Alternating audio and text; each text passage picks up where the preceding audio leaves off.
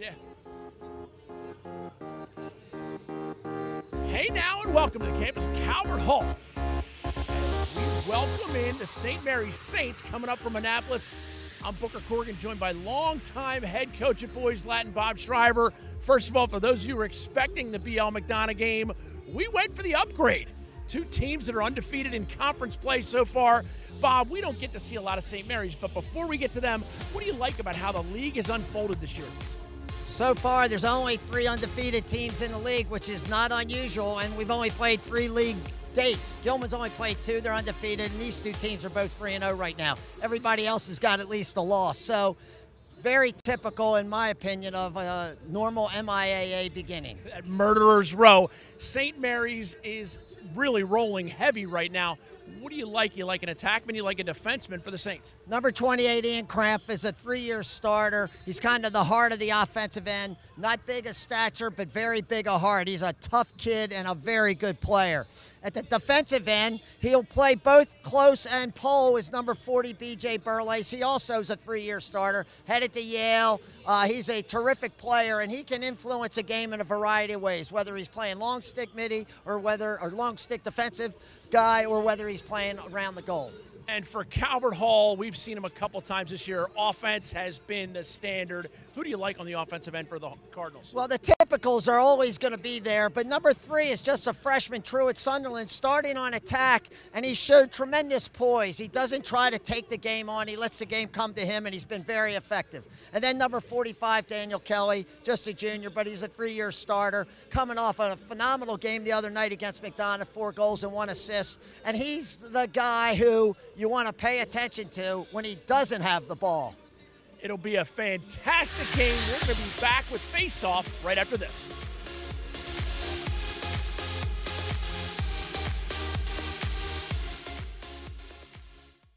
On Saturday, June 1st, the Baltimore 10-miler will be live on WMAR2 News. It is always the region's best 10-mile race that starts and finishes right at the Maryland Zoo in Baltimore. We're known for fantastic premiums, a runner-friendly course, and that zany finish line beach party featuring a Jimmy Buffett band. The B10 is an exciting and fun 10-mile race that will be the highlight of your 2019. You're going to be proud of what you can accomplish. Go to Baltimore10miler.com and register today. It's time to go Toyota. With a great selection of rugged 4-wheel drive and year-round all-wheel drive vehicles, including the completely redesigned adventure-ready RAV4, or any of these 9 models built to help you feel more secure no matter what the weather brings. Plus, advanced safety features come standard on most models. Learn more and shop deals on buyatoyota.com. See your Toyota dealer, your 4-wheel and all-wheel drive specialist. Toyota, let's go places. The Fellowship of Christian Athletes engages their coaches and athletes to grow their faith through sport. Make sure you investigate the amazing camp at Lebanon Valley College this July. The FCA has camps, clinics, huddles, teams. Learn more about the Fellowship of Christian Athletes by going to fcalax.com.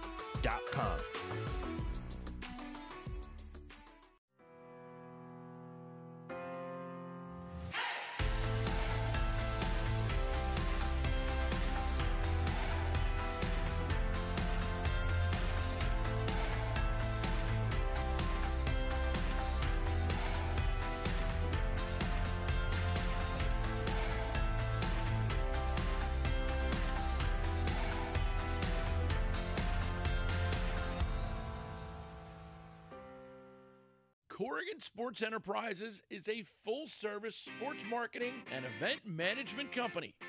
Every detail from marketing, public relations, logistics, and cleanup, Corrigan Sports Enterprises handles events from conception to fruition. The premier lacrosse and field hockey recruiting tournaments and high-profile running events. Corrigan Sports Enterprises, bringing your dreams to life. On Sunday, April 28th, the premier running event in the state of Delaware is back, the Delaware Running Festival. Come enjoy the fantastic new marathon and team relay course, run the half marathon, or line up some of your running buddies for the super friendly 5K. Then let loose at one of the best post-race parties in the Mid-Atlantic region featuring Dogfish Head beer. Bring along the whole family and get all the kiddies in the Highmark Delaware Kids Fun Run.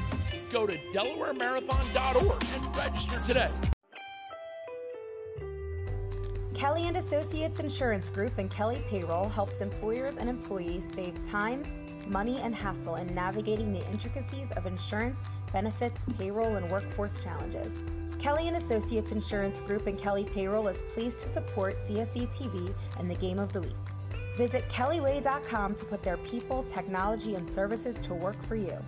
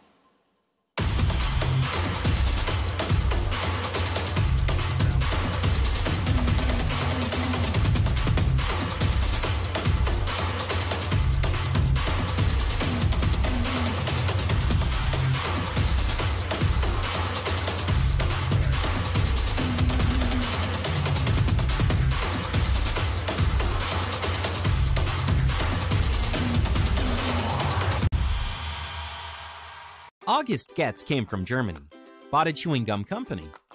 World War II happened, no more chicle. Began making caramels filled with creams, aka bullseyes. Bright idea. Stretch a caramel cream into a stick and call it cowtails. Tails like fairy tales. Put them in cups. Became #1 selling 25-cent item. Added flavors. Started making minis. Added different pack types. Still family owned. Loved for generations by generations. GetSome.com.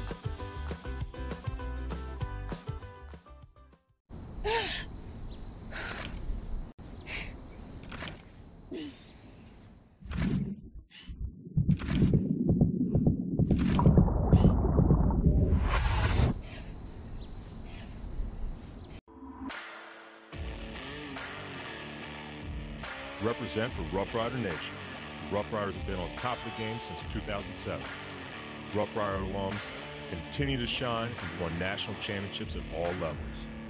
Rough Rider teams dominate the countryside in Maryland, Pennsylvania, and now Virginia. Check us out online at roughriderlacrosse.com. It's time to ride or die. 1, 2, 3, ride! Yo, Sean. Yeah, live! The Fellowship of Christian Athletes engages their coaches and athletes to grow their faith through sport. Make sure you investigate the amazing camp at Lebanon Valley College this July. The FCA has camps, clinics, huddles, teams. Learn more about the Fellowship of Christian Athletes by going to fcalax.com.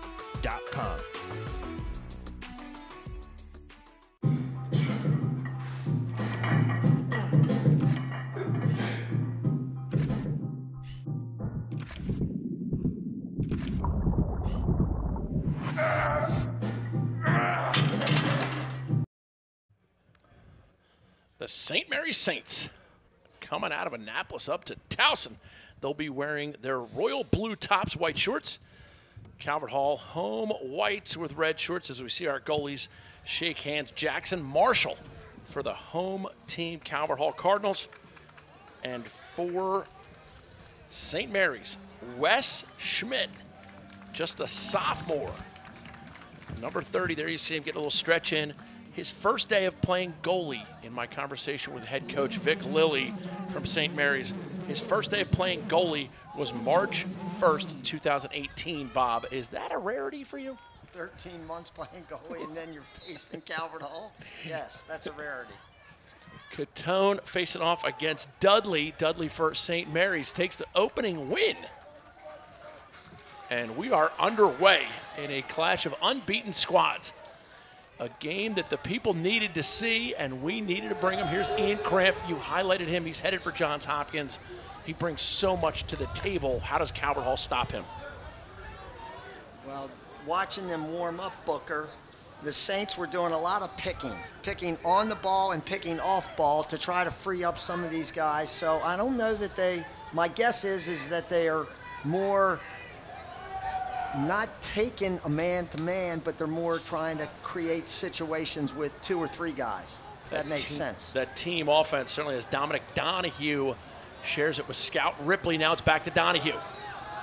Donahue gets the right-hand alley, pushes it behind, and this is Alan Hockenberry. Now Cramp. Cramp gets a little bit of a step, slides it to Ripley. Parker Bird standing up to the task, covering Cramp. That's their most experienced defenseman for the Cardinals. He and Jake Snyder actually are 2 guys that played a lot last year. Donahue gets the first one off, first one in. Number 1 with number 1. And that's just a right-hand dodge bomb. But Dominic, they moved the ball really nicely. They created a little space. Look, 17's taking his man through. Donovan's getting this ball, running down we call those the hash marks. He drops the head of his stick, which actually takes his angle away from him. But we've watched Jackson Marshall in the last couple games we've done with Calvert Hall, and he struggled a little bit with the high shots. Yeah. Interesting to notice that as we get a look at it. Brian Burlace, one of the assistant coaches for head coach Vic Lilly, and Catone makes quick work of the face-off and then gets knocked right on his tuchus. That was a great play by Catone. He didn't have anything. He just had the ball in his stick, and he just goosed it out here to Sawyer, number 6. Really heads-up play. Today, Booker, one thing we're going to see is Calvert Hall faces off with what I call a 2-headed monster. They use Catone, number 24, and also number 49, Tyler Dunn. And I'm fairly sure the Saints will send out number 12, Zach Dudley, for most of the time. See if they don't wear him out eventually. Cole Herbert, number 1, one of the stars of the midfield, and they have plenty of them. Daniel Kelly, inside feed, wide open, Ethan Long, 1-to-1. Team offense. Great offense. 6-on-6, Bob. Great offense, though. Herbert passes this ball down to Kelly. Goes. Looks like he's going to set a pick for Kelly. However, he just slips underneath it. Dunn's filling around on the inside.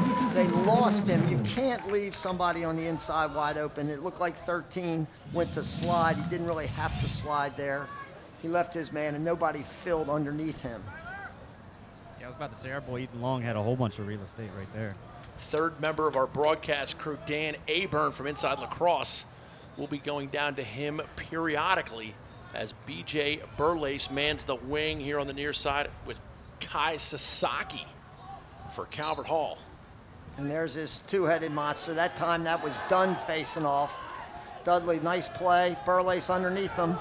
Wicks now, drive to the cage, go ahead. Wicks is like what he saw. Wicks is arguably the best short stick defensive midi in the league. He's a blazing fast kid, plays football, headed to Maryland, number 13. Watch him all day. He'll influence this game in a variety of ways.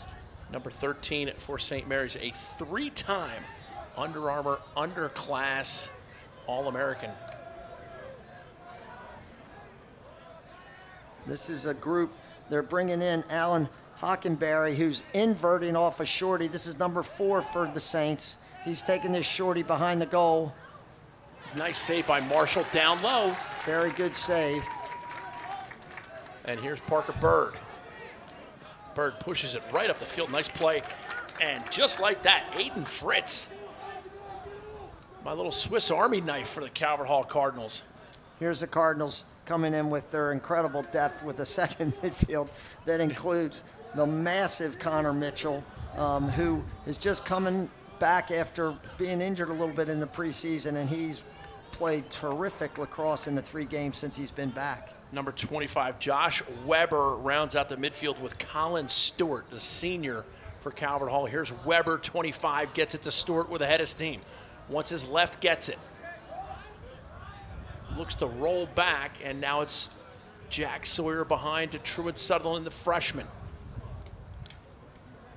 Pass to Weber, jams him. Calvert Hall at its best when the ball's on the ground. They are tenacious. They swarm those ground balls, and more often than not, they get them. Sawyer over, and a nice save by Wes Schmidt. 13 months in the goal. That's pretty amazing. St. Mary's with only 2 goalies on the roster. Bob, correct me if I'm wrong. St. Mary's has produced a number of amazing goaltenders. Booker, that's number 3 for St. Mary's, just clearing the ball. Really a solid defenseman. Will Tomenovich, who's headed to Georgetown, just a junior, but he's a very good player. Showed a lot of poise clearing the ball then. Scout Ripley, 17, balances the midfield with Ethan Urio. It looked like they mix and match the midfields a little bit, Booker. Hockenberry's coming back in, number 4. He's taking that shorty behind the goal. Obviously, this is a big part of the Saint offense, letting one of their middies take a shorty back behind the goal. Urio, number 9. And now it's behind with Hockenberry. Cramp. Hockenberry takes a little lumber and pushes it. Yeah, of course, Mitchell just gives him a little bit of his body there, number 12 for Calvert Hall. Big, strong kid. You're going to have trouble getting by him.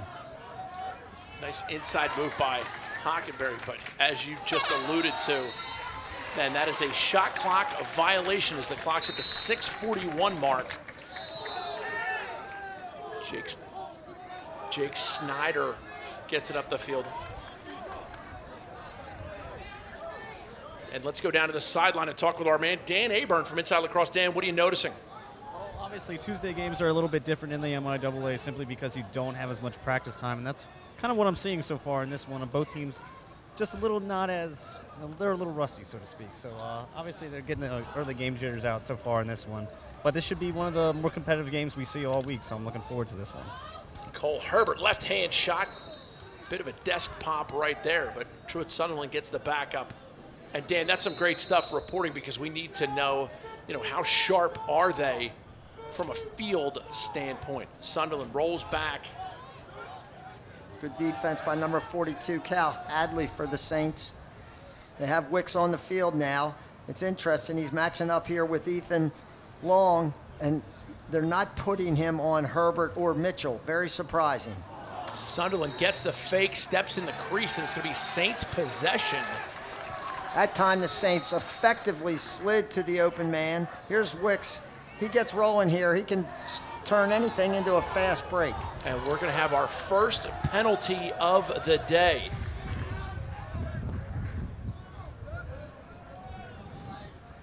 Booker, I don't know whether Daniel Kelly got called there, number 45 for Calvert Hall, whether he got called for a slash or whether he stepped offsides. He stepped and off. So he correctly, he can't be added to that offsides infraction. So he's just down here helping out the defense. He's in a position where if anybody gets beat, he can slide. They have 7 defensive people and the goalie back on the defensive end. And it's interesting, as a coach, you can't go offsides twice. You want to see that hustle, though. And Calvert Hall is famous for their ride. They hustle so hard. Sometimes you hustle yourself right off sides. And that's the incident that we will learn of when we find the foul. But right now, St. Mary's with basically a free possession. Souza, number 1.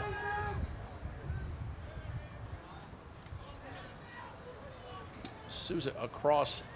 And Ripley, low shot goes wide, and we will learn of the foul.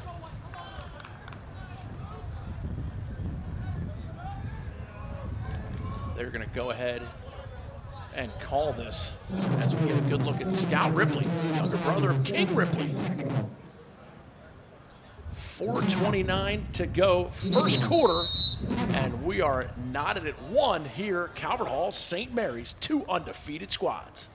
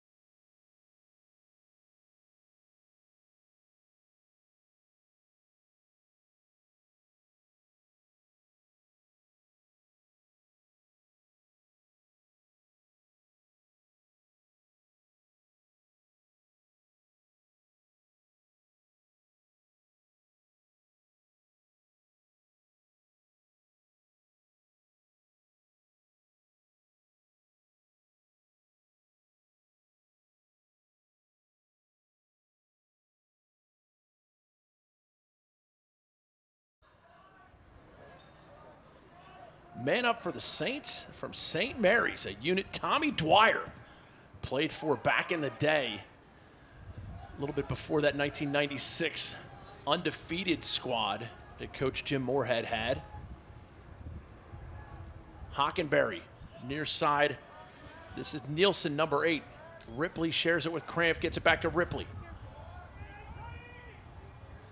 Hockenberry to Nielsen. Inside cut, Ripley, penalty has expired. Booker, based on what we've seen so far, I'm not so sure St. Mary's is worried about this. I think they're intent on using the entire shot clock. They didn't get a great shot on that 30-second penalty, so heck, now they got the ball with 30 more seconds on the shot clock, and they're very comfortable so far doing it this way. Diagonal pass handled well by Nielsen, and now it's Nielsen. And Cramp wisely breaks for the end line right there. Now it's the spot where it goes out, when it goes out, and it looks like Parker Bird has drawn the assignment. Oh, and there's Cramp. Acceleration domination. I call these quick ones. He quicked them. He quicked them. Watch Cramp here. He just gets a little head of steam, and as soon as he gets to the top of the goal line extended, he just turns and shoots. Watch, just a little head of steam. He overpowers. Marshall's guilty of coming off his pipe there, and he gets beat inside helmet into the left post and his left earlobe, and the ball was in a perfect spot. Great play by Cramp. Calvert Hall sends Harrison Ewing out to play the wing while Chris Catone does the facing off against Zach Dudley.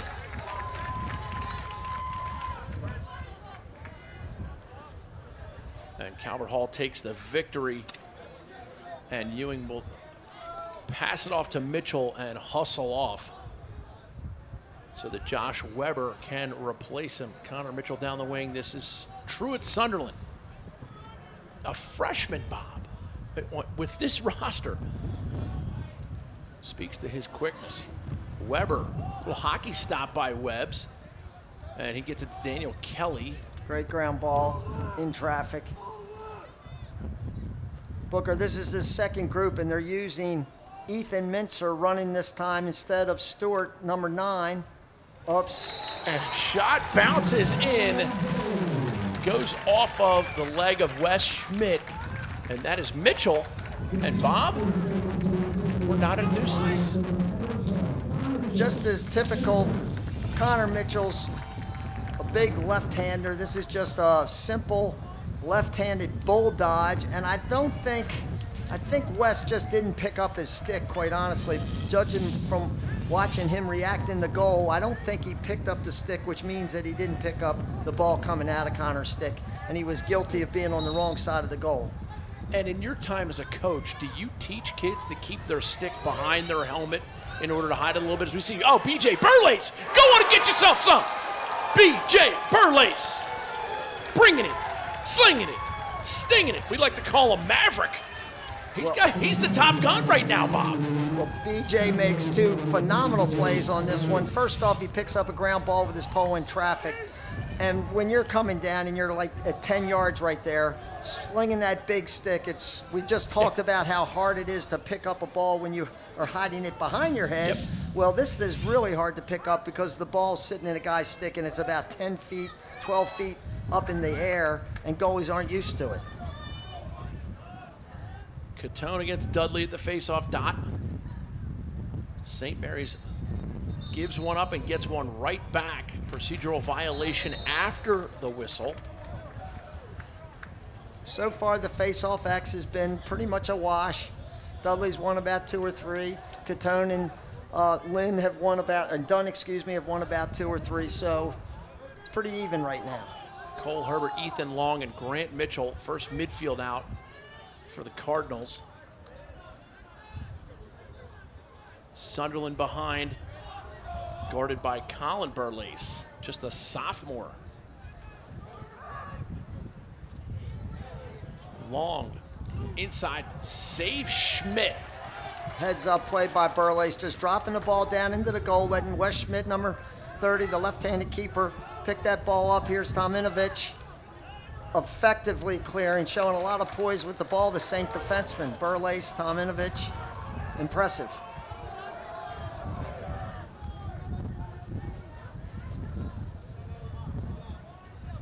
Had a nice detailed conversation with assistant coach Brian Burlace. And again, a flag down. That ride, Bob, we talked a lot about the Calvert Hall ride. They've ridden themselves off sides twice. Well, I'll give credit there both times that there's been an offsides. The St. defensemen have effectively cleared the ball over the midline and while being chased by an attackman who stepped over the line. Clock with 55 seconds in the quarter, shot clock at 26. Well, they're going to get a free shot and then get an extra man to eat the rest of the quarter up. But they do need to try to take advantage of the flag down situation and get a freebie. Inside feed, and Cole Herbert gathers. And with 36 seconds left in that, so now they're going to have a chance. They're going to have to run something. They won't be able to get the free possession to start the quarter. First extra man, the Saints ran Booker. They started in a 2-3-1 from up top, or actually 3-2-1 from up top, and they just rotated into different formations. They rotated into a 1-4, they rotated into a 3-3. This time they're starting in a standard 3-3 set, and we'll look for number 8 to roll off the crease to his left hand. Alan Hockenberry, top center with Cramp. Here he goes. That's Nielsen rolling off. Cramp in the middle. Now here comes Hockenberry rolling off. Now they're in this set. Nielsen inside feed, shot, goal, Gabe Souza. Beautiful play by the Saints.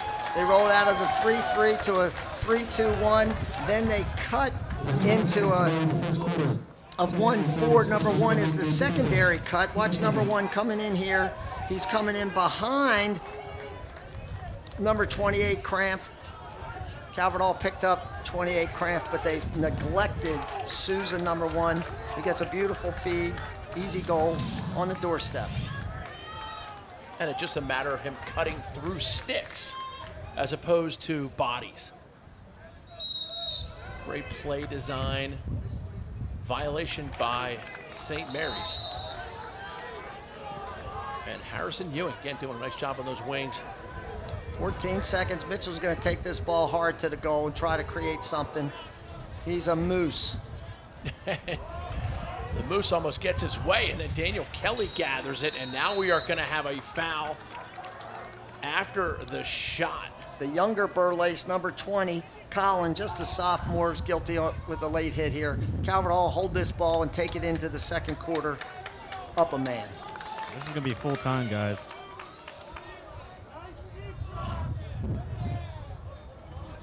No, I'm not saying to make that signal, although I agree with you, Dan. It looked like it could have been.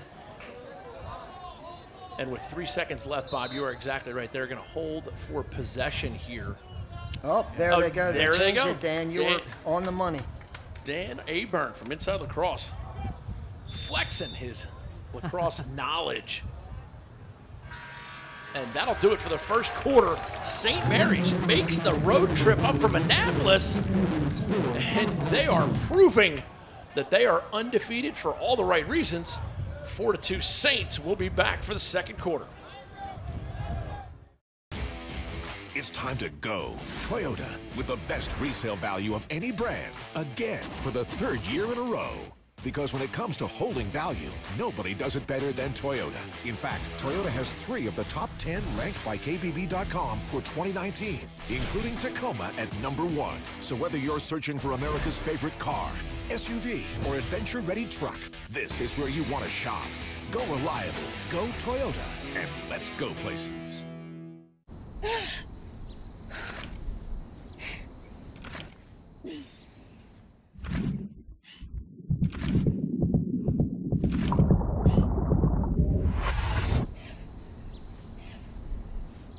We have come a long way. All the amazing advancements in medicine. And while science has become better at treating people, we can't ever forget the importance of how we simply treat people. At MedStar Health, we believe it doesn't take a brain surgeon to get the best way to talk to a doctor isn't always in person. and that inside every human body lives a human being. The best of our minds, the best of our hearts. MedStar Health. It's how we treat people. Corrigan Sports Enterprises is a full-service sports marketing and event management company. Every detail from marketing, public relations, logistics, and cleanup, Corrigan Sports Enterprises handles events from conception to fruition. The premier lacrosse and field hockey recruiting tournaments and high-profile running events. Corrigan Sports Enterprises, bringing your dreams to life.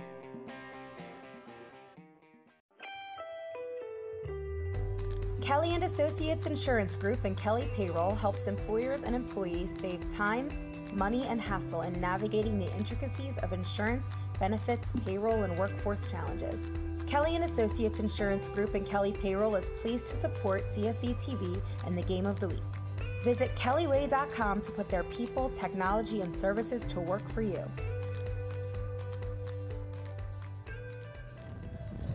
Third member of our broadcast crew, Dan Aburn. Hey, Book, what's up? On this Calvert Hall man up here right now, I think St. Mary's is going to be looking for a wing shot, especially coming from Jack Sawyer. I think that's the player that they're going to key in on right here. So let's see how this unfolds. Dan was inside the St. Mary's huddle during the timeout, so we'll see if his suspicions are correct. Here's Sawyer on the roll-off. Nice recovery by Dominic Donahue, number 2. Mitchell pops it up, Daniel Kelly. Now it's Grant Mitchell, Cole Herbert. Sawyer diagonal to Mitchell. Now Cole Herbert steps into one, and Daniel Kelly inside, making it look easy. Booker, at the beginning of the game, we talked about how effective Daniel Kelly was without the ball. He's just spooking around on the inside. Everybody knows that if Kelly's got a half a step on his man and he's coming to the ball, he's open. You know, a lot of guys won't throw the ball, but to Daniel Kelly, you're afforded the opportunity to throw it to him because he'll catch it in traffic and turn and stick it. It's a big part of this game. There's still 20 seconds on the non-releasable penalty. Calvert Hall could get this face-off. They should. St. Mary's is coming back in with another face-off guy. Ryan Jones, senior, headed to Drexel, number 22. And he's part of their man-down defensive group, and the reason he's in there on that face-off. Sean Barwick, number 37, comes up the ground ball, and that kills a little bit of the penalty time. But it is still Calvert Hall. They always like to look at that cross crease. Here's Mitchell. Have some, son. Go on and get it. His bank rolls on slow. Calvert Hall making St. Mary's pay. Great ball movement by the Cardinals. They're just stepping into spaces. Truitt rolls off the crease. Look at how quick they pass the ball. There's Mitchell. Yeah, he just overpowers a goalie. I don't know that anybody could have saved that. And there's still 1 second on this non-releasable, so Calvert Hall should win this face-off 3 against 2. So effectively, this is giving him 2 goals and a potential 3 possessions because of the 1 penalty. I feel like Grant Mitchell scored that exact same goal past 3 Calvert Hall games we've broadcasted. He just loves that spot, loving away. Ooh, that was a mistake by the Cardinal. He moved ahead of time. Chris Catoni, number 24, jumped. And Burley starts with it. Good play by Burwatt. Look at Cramp. Oh, wow, nice play. Wouldn't be surprised to see Coach Vic Lilly use a timeout here as we are now tied at 4. They're pressing a little bit, the Cardinals, because the Saints don't have all their personnel on the field right now. They are still playing man down, even though the clock shows. They still only have 5 guys on the field. They need another offensive player out there. Calvert Hall correctly saw that situation and pressed out. And now they have the full complement as we see Hockenberry balance up. And once again, Hockenberry inverting with a shorty. Big part of the Saints offense so far today.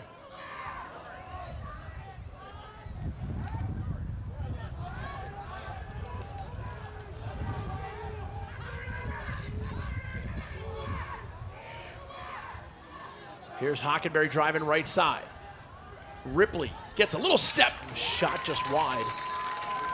Backed up by Nielsen, number 8. Barwick, number 37 for the Cardinals, guilty of going over somebody's head. Ripley pulled that ball underneath him. And here's Ripley again, shot. He gets his recommended daily allowance of iron on that one. Nielsen with the backup. Booker Corrigan, Bob Shriver, Dan Aburn bringing the call from Calvert Hall as the St. Mary's Saints. So many great players have come out of St. Mary's. Mike Burnett was a topic of discussion. The Mole. How about Brian Wood, Craig Boubier? Yeah. Not to mention, what was Johnson's first name, the tremendous Tillman. goalie? Tillman Johnson went to Virginia, won a national championship. In 2003. And nice defense right there by Calvert Hall. Credit Ryan Kilcoyne with the play. Kai Sasaki, the short stick D midi, comes up with the loose ball. Good play by Kilcoyne, number 41. Nielsen fell down, got the ball on the ground and just handed it to the goaltender, and they're out. Coming back in with this second group with Stuart Weber and Connor Mitchell, number 12. And Tillman Johnson shared the net at St. Mary's with Greg Garrity. Yeah, who was another great player. Who went to Penn State, played for Team USA. He couldn't get on the field at times in high school. He ended up playing for Team USA. Booker, we've always said that there must be something in Annapolis or in the Severn River, because the plethora of good goalies, whether they're Saints or Severn guys, is really pretty remarkable. Brian Phipps from Severn, the head coach now at Archbishop Spalding. We can just keep rattling them off. Here's Truett Sunderland going against Colin Burlace. Nice lift on the elbow by Burlace. Sunderland regathers. He goes over the head. Shot, goal. Sunderland. He's going to make you pay. Nice play by Sunderland, accelerating after the loose ball scoop. Booker, Burlace gets under his hand. Sunderland drops the ball. He picks it back up. But then at the goal line extended, Burlace tries to go over the kid's head. He just pulls his stick. Watch. He tries to go back behind him. You can't do that. You got to beat him to the goal line extended. 20's guilty of chasing and then trying to sweep over his head. Sunderland correctly pulled his stick, threw it into the goal. Calvert Hall has put its nose out in front now at 5-4. Those trail checks can be both a blessing and a curse.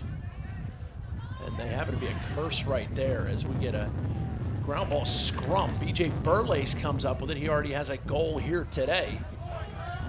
And now it's Wicks. Cramp balances. Parker Bird squares up on him. Scout Ripley, long pass to Nielsen. Well, one thing that Calvert Hall does do is they play an awful lot of guys, right? We've seen a couple short stick defensive middies, a couple face-off guys, a couple poles. Dan Riley in right now. Right, and the Saints on offense have been playing basically 3 attackmen and about 5 middies, maybe 4, quite honestly. And so that just wears you out. This is a reasonably nice day, so they should be able to handle the heat. Nielsen comes around, goes high to high. Jackson Marshall makes him pay. Yeah, you talk about all those middies. Aiden Fritz gets a ton of run on that midfield. And then you have the offensive stars that Cole Herbert has been known to get down on the defensive half.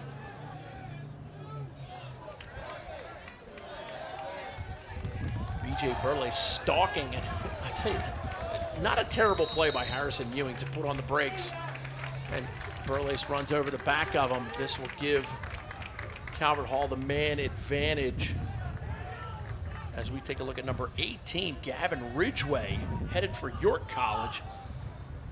Well, Burlace would be a stalwart on the man down. Well, now he and his brother have spent too much time in the penalty box, even early in this game. Look, Calvert Hall does a great job on their extra man. I call them double triangles almost. They usually will rotate guys on the right-hand side of the field. They'll rotate out of the crease and move around. Now they're just playing a 2-4, which is a 2 guys on each side of the goal picking for each other, slipping a pick. That time he was open, but Mitchell did not handle the ball. And we got a little interference on the play, uncalled. Dominic Donahue gets it down, and Nielsen settles. Here's Wicks.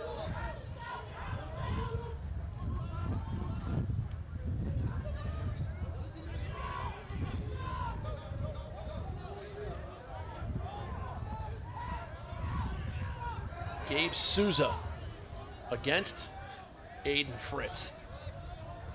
Herbert, as you mentioned just 2 seconds ago, staying down here playing defense. Herbert's been known to take a penalty. Yeah. He could get a little too aggressive sometimes. He's a really big, strong kid. Excellent football player. Shot! Goal! Nielsen! And Bob? Cinco de Tayo. 5-5, is it May 5th? Cinco de Tayo, baby. I talk about it all the time, having balance. This is just great ball movement. Cramp draws 2 guys. Nielsen's open on that far wing and is extremely effective. Drops this, elevates this a little bit from his hip, throws it up into the far corner over Marshall's head. And that's Nielsen's shot. He loves that low to high riser from the wing, no less. Our man Dan Aburn from Inside Lacrosse joining us. Thank you for making the FCA Lacrosse Game of the Week part of your sports viewing day. Big hello to all our friends at the Valley Inn.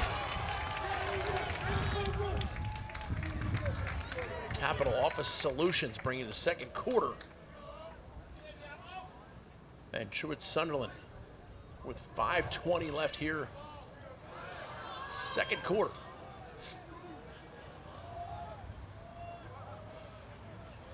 This time, Tominovich is covering Sawyer. He's been staying on Kelly early in this game. They got Ridgway, who just came into the game to play man-down defense. He's still out there guarding Kelly, number 18.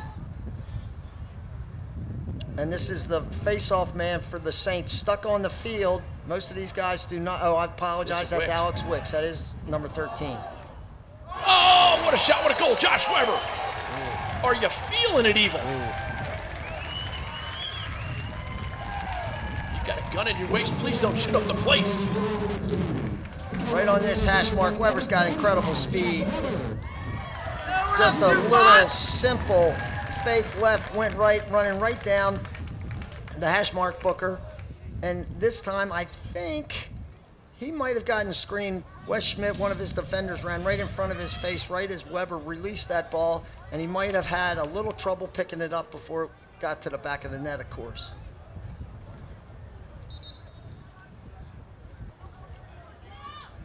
Catone wins the clamp. Barwick wrestles the ball, and now it bounced high in the air, and Calvert Hall will gather. Jake Snyder, the senior.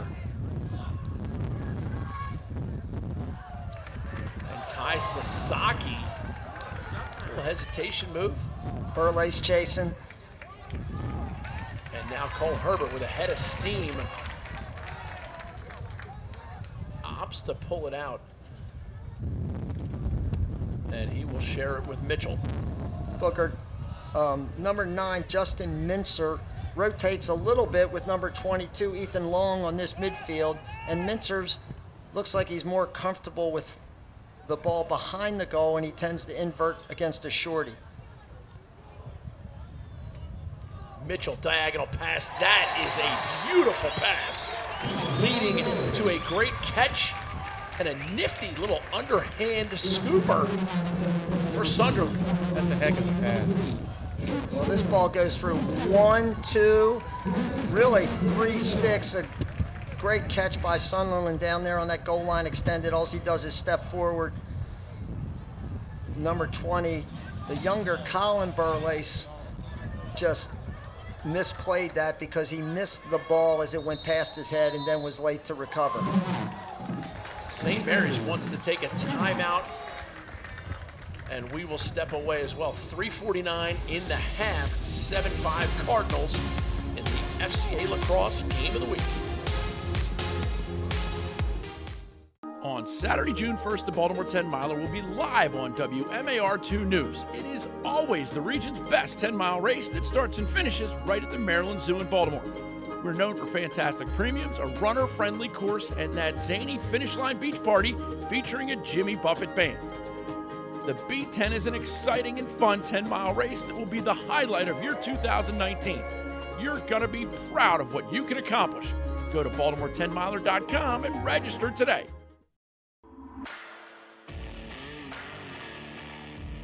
represent for Rough Rider Nation. The Rough Riders have been on top of the game since 2007. Rough Rider alums continue to shine and won national championships at all levels. Rough Rider teams dominate the countryside in Maryland, Pennsylvania, and now Virginia. Check us out online at roughriderlacrosse.com. It's time to ride or die. 1, 2, 3, ride! Yo, Sean. Yeah, live! Nice shot of the Calvert Hall sidelines. That's a team that can score goals in bunches. St. Mary's head coach Vic Lilly well aware of that. He and his staff opt to take a timeout as we watch Wes Schmidt, just a sophomore, having to stare down some of the top guns in the West. Booker, we got a new guy on the sideline here, on the wing here, number 55. He's not listed in the scoreboard. Just another one of the Calvert Hall guys that they've rotated in. I would say if we counted it up, they've probably played 25 players already in today's game.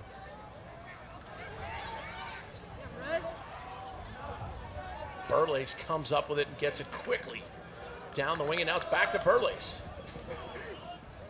He's one of those long sticks who does not mind handling the ball on the offensive end as Ian Cramp balances up against Parker Bird.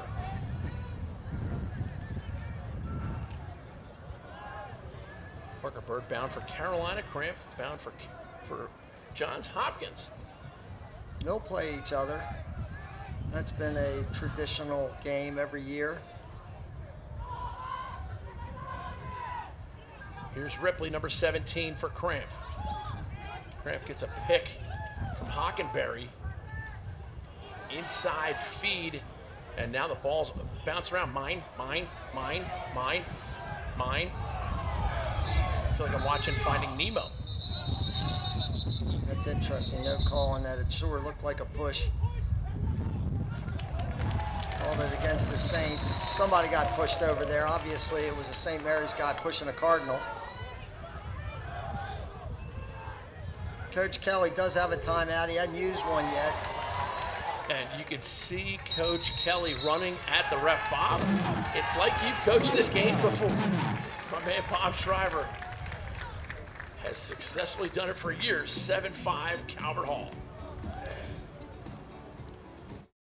Are you itching to get out and run? The Frederick Running Festival, presented by Frederick Foot and Ankle, is happening May 4th and 5th. Come out for our half marathon, team relay, or 5K. Then enjoy post-race treats brought to you by Safeway and cold Harpoon Lager beer at our one-of-a-kind post-race party. Not enough running for you? Learn what it means to be a nut job or sign up for our King Crab Challenge. Find out more at fredrickrunfest.com.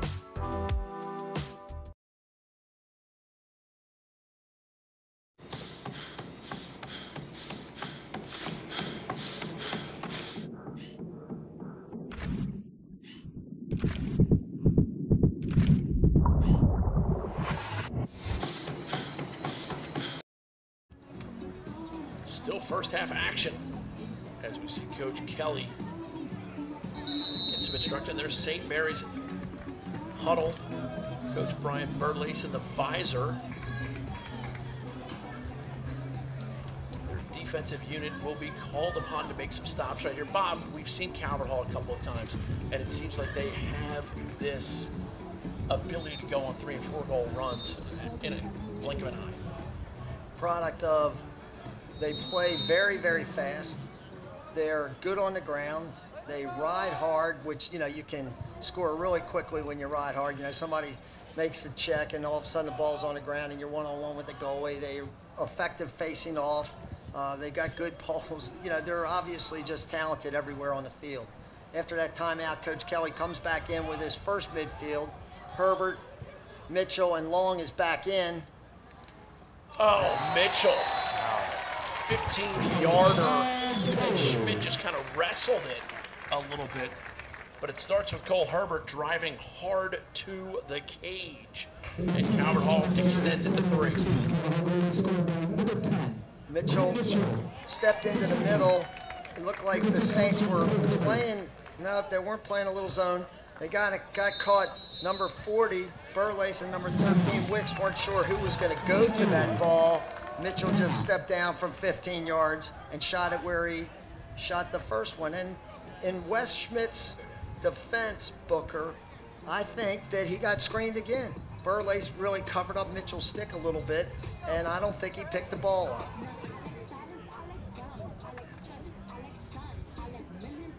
Good look at Coach Vic Lilly right there in the center. The St. Mary's huddle. And Bob, they're only down 3, and they were down 2 at one point. And so how do they stop the bleeding? And has anyone been able to do it successfully against Calvert Hall, other than Hill Academy? Yeah, McDonough in spurts the other night, I thought had a couple good spurts early in the game, but as the game wore on, we just watched Calvert Hall, you know, exert their will. You know, too much depth, too much speed. You know, when you look at Mitchell and Herbert, they're monster kids, and they get their way kind of wherever they want. Let's go down to the sideline with Inside Lacrosse, Dan Aburn. Hey, Book, you guys have mentioned that the runs that Calvert Hall has been able to put on so far this season, we're looking at a 6-goal quarter for them right here. And I was actually talking to some of the statisticians, Patrick Lavelle in particular. He said that they don't have 25 players in this game so far. They have just 18, but that does seem like not as much as we would expect. But, yeah, one of the things that Calvert Hall does really well, they put a lot of pressure, and that's because they're able to play a lot of guys. And then we've already got 18 so far in this game. It's amazing how they do that. Catone facing off against Dudley. There we go. Ball scoots high in the air. Dudley comes up with it, gets double teamed. Barwick comes away, and a nice little backhand flip, and Snyder will put it back to Marshall. Coach Kelly does have another timeout. He has only used one. If he thinks he's got a good matchup, maybe he'll let him run. If not, he might take this opportunity to call one and this is Connor Mitchell. See what happens. Weber gets it all the way over to Colin Stewart wearing number 0, and this is Connor Mitchell. Calvert Hall is definitely not worried about the shot clock. Yeah. As Mitchell runs through almost everybody, loses possession late. Jones. Ryan Jones double teamed. And just like that, wow, what a play. The Calvert Hall ride. They like what they see, they get what they want, they score when they have to. Jack Sawyer with the goal for Calvert Hall, but credit the ride for the Cardinals. If you watch this ride, if we can back it all the way up to the midline, Sawyer makes the check. Connor Mitchell makes this great play at the midline, throws the ball back to one of his mans, and Sawyer hustled down the field really hard and was at the tail end. Watch, he makes this check up here. Number 6 whacks the ball out. Mitchell picks it up, throws it back on the field. Sawyer's running in with the ball, throws it, a little give and go, boom, 9-5. Quick face-off win, and that was Fogo Tyler Dunn. And Coach Kelly will now take a timeout with 55 seconds to go in the half. Calvert Hall on one of their patented runs here at Kelly Field. August Getz came from Germany. Bought a chewing gum company. World War II happened, no more chicle. Began making caramels filled with creams, aka bullseyes. Bright idea. Stretch a caramel cream into a stick and call it cowtails. Tails like fairy tales. Put them in cups. Became #1 selling 25-cent item. Added flavors. Started making minis. Added different pack types. Still family owned. Loved for generations by generations. GetSome.com.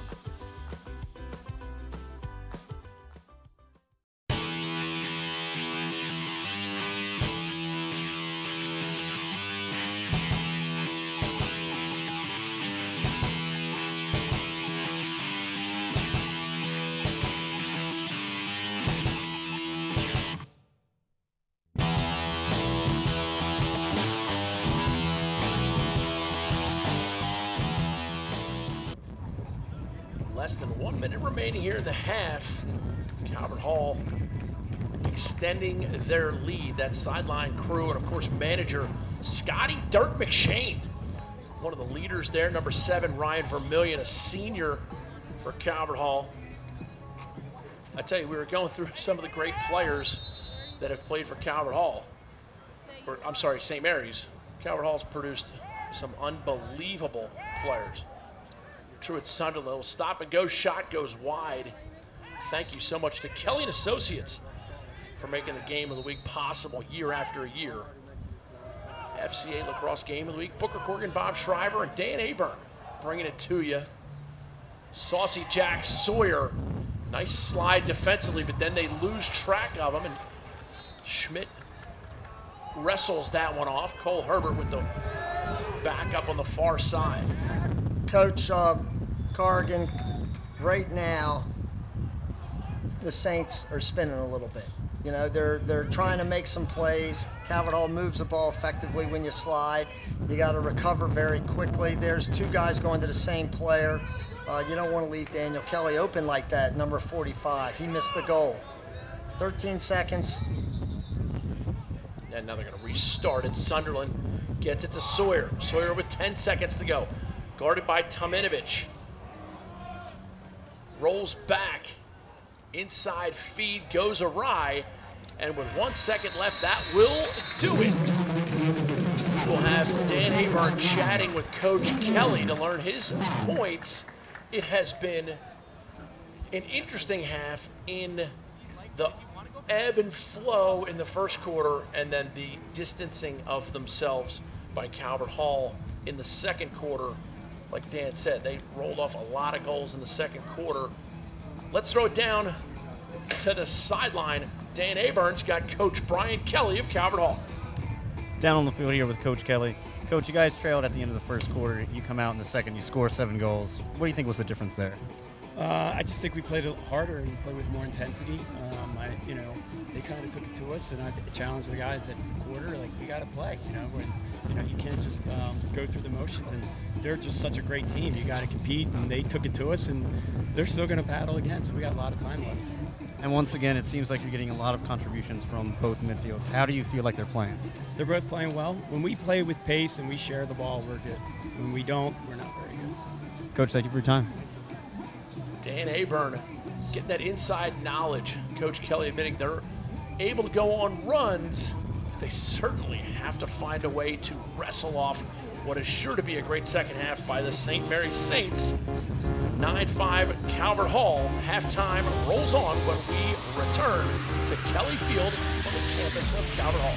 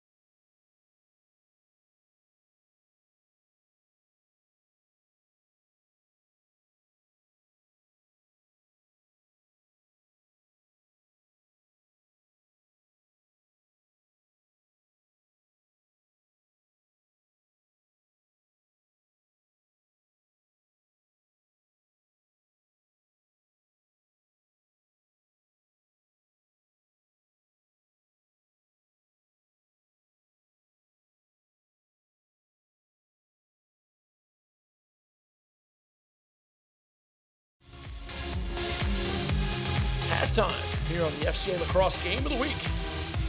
Presented by Kelly & Associates. Calvert Hall up 9-5. Booker Corrigan, Bob Shriver, and Dan Aburn bringing the call. It's been up and down, Bob.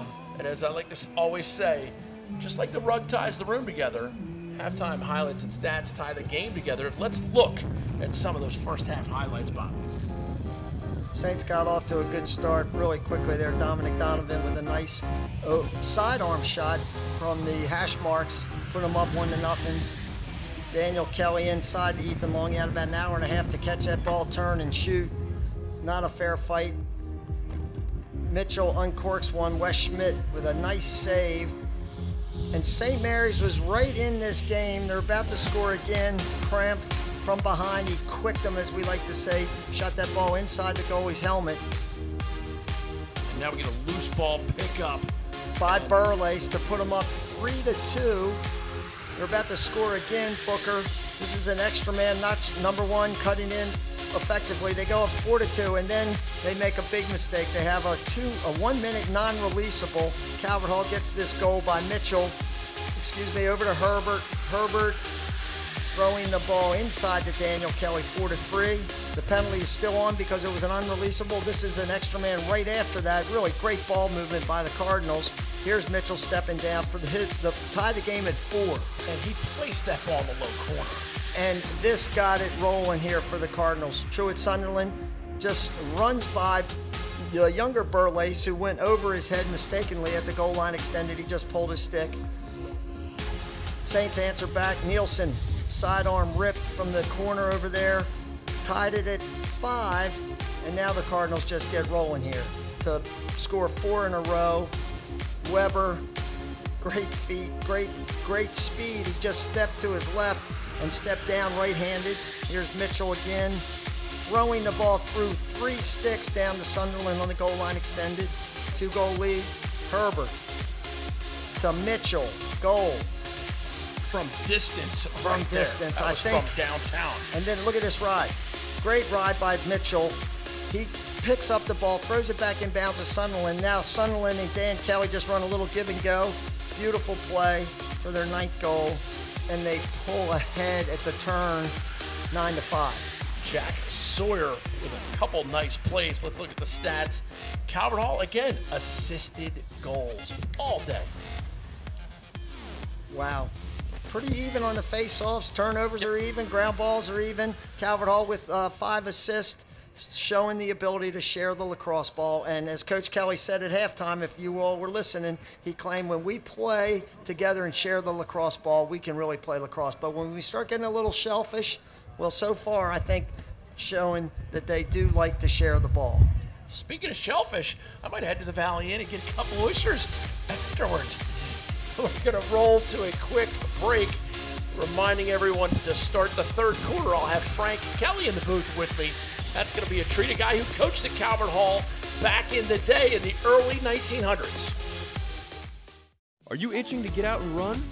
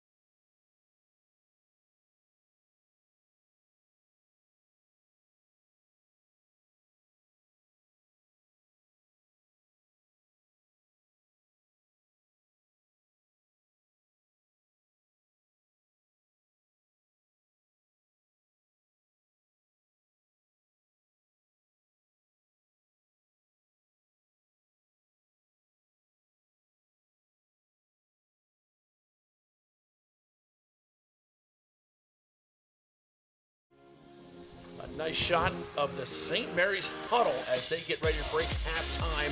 They still have a moment to collect our thoughts, and we have a moment to catch up with FCA Lacrosse Frank Kelly. Frank, we got a great high school lacrosse game going on right now, but FCA Lacrosse is about so much more than winning and results. They're about development and building young men. How are you able to accomplish that? Yeah, Booker, thanks. FCA is about camps, campus ministry, trying to help coaches become the best they can be and doing different things in the community. But one of the ways we try to help young boys and girls grow, we have a summer camp each summer. This year it's July 21st to the 25th at Lebanon Valley College. We'll have probably 400 to 500 boys and girls ages 8 to 18. And so when you do those things, yes. How do you select your staff? And if I'm interested in doing something like that, how do I get involved? That's a great question. We'll have 100 volunteers, no paid staff. So we have 100 volunteers. Most of them are current college players, high school players that come up. And I know you might have to call the game a little bit, but you go to FCALax.com, FCALax.com if you're a high school, college kid who would love to come and coach camp, and you'll get more out of it than you give. And it's really cool to have great volunteers from great places all over the country. And it's great to hear you say that you will get more out of it than you give. And you do leave with so many great messages. As the leader of the group, how do you help structure those messages, and what messages are you delivering? Well, I'm just a volunteer. I've been a board member of FCA Lacrosse for years, and as a family and a business, we support the organization because it does so much good for so many. And you know what? We have great speakers at camp and coordinated music and messages, and then we break the boys and girls into small groups called huddles. And every kid comes out of there so excited about not only what they've learned on the field, but what they've learned about life and faith, the relationship with God and each other. And the other thing that I love FCA does, their banquet every year. Right. And I saw Lou Holtz speak as we get a high-pitched squeal. Sorry about that. Talk about the banquet that you guys run and how you're able to obtain such great speakers. Every year we have a banquet, and it's a big goal by Calvert Hall. Troy Sunderland again with the finish. Joined here in the booth by Frank Kelly from FCA Lacrosse. Nice play by Sunderland. He puts Calvert Hall up 10-5. We were talking about the banquets. Yeah. Well, Booker, each year we do the state of Maryland sponsors a banquet and different speakers. This year we had John Harbaugh. Coach Harbaugh was fantastic, and we recognize, honor, and hear from different student athletes, coaches, who share about their life and their faith and the challenges of life. And what the banquet, the camp, it's all about developing what we call three-dimensional athletes and coaches: mental, physical, spiritual, the whole package. And you do call those three-dimensional athletes, the mental, spiritual, and physical aspects of it. As we see Calvert Hall again, they're winning face-offs, they're off to momentum. How do you take young men and girls in these camps and make sure that they leave with some momentum for their faith? Well, you know what? Obviously, every kid comes away with a Bible and a bunch of resources online that FCA's created, and then most kids are going back to schools. There's FCA Maryland is in more than 200 high schools, middle schools, so there's huddles, so there's a chance to take what you learned at camp and be a part of a school-based huddle. It's a volunteer opportunity. And we're looking for different opportunities. Some of the boys and girls are playing on club teams and other tournaments where, again, there's fellowship and huddles outside of competition. And we're looking for that overall experience, not just the lacrosse experience, but helping each kid fulfill his and her God-given potential. And now let's talk a little bit about the FCA component's exciting. The other part is really exciting for, I think, a lot of lacrosse fans is the Kelly factor at Calvert Hall. We got 3 of them on the roster now. Yeah. There have been hundreds. We can say that in Corrigan, lacrosse is the family business. And in Kelly's, lacrosse is the family business. So take us a little bit about the story behind the 3 guys on this squad. Right. Well, I'll just say this. Lacrosse has been very good to our family like it has to so many other families. Great save there by Jackson. And, I was blessed to come to Calvert Hall. I didn't even really play lacrosse till I got here. I played a little, but I played, and then my brother John, my brother David, and Brian, and then we've been blessed to have all these boys here. And even now on this team, my youngest son, JK, is a freshman, number 51. Freshmen get numbers like 51. And my nephew Makai is a sophomore, 29, and then my nephew Daniel's a junior. And next year there's 3 other Kellys coming, so that'll be fun. And we're just so thankful for the opportunity to play lacrosse and compete in an amazing league like the MIAA. And I'm sure the rest of the league is thrilled that there's 3 more Kellys on the way, because I feel like they all leave with at least a title, if not more than one. Well, hopefully. It takes a lot of hard work, and Coach Shriver knows this. It's hard to win a championship in this league. It's very hard. And over the years, I know Coach Shriver's won many, but, it's hard to win repeat. Calvert Hall did, and it'll be tough to win another, but we'll see. And I say win titles. Brian Kelly, who I've had the pleasure of getting to know quite well, coaches are all about helping young men become the best possible version of themselves. Right. And I think FCA really helps do that for them. Yeah. Well, FCA is trying to help coaches become the best they can be. And, every coach is different. They have a different style. You coached at McDonough, yep. Bobby Shriver at BL, and these great men, great coaches, and they all have strengths and ways they help get the best out of their players. And I know my brother Brian, coach here at St. Mary's, and I know FCA tries to bring a spiritual dimension. No one's perfect. We all make mistakes, but there's a focus on the three-dimensional athlete and helping them grow that way. So, Frank Kelly, our guest in the booth to start off the third quarter. Thank you so much, Frank. What an absolute treat to have you, and thanks again for your help with the game. Thanks, Booker. It's an honor to support the game. We love the game, and it's been great to the Kellys, and it's exciting to watch a great game like this one today. Always a treat to have the ability to bring this great lacrosse, this great league to you. Frank Kelly from FCA joining us in the booth. And now we got Bob Shriver back on the headset. Bob, only one goal that time while you were gone.